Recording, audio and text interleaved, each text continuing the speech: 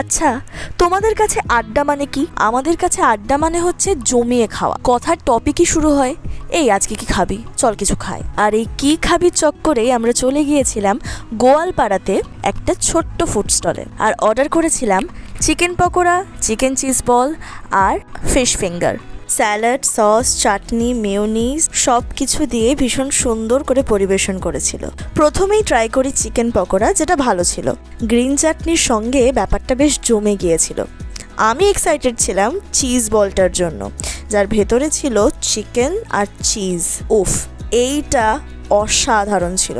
এখানে যারা যাবে অবশ্যই এটা ট্রাই করো, ভীষণ ভালো লাগবে।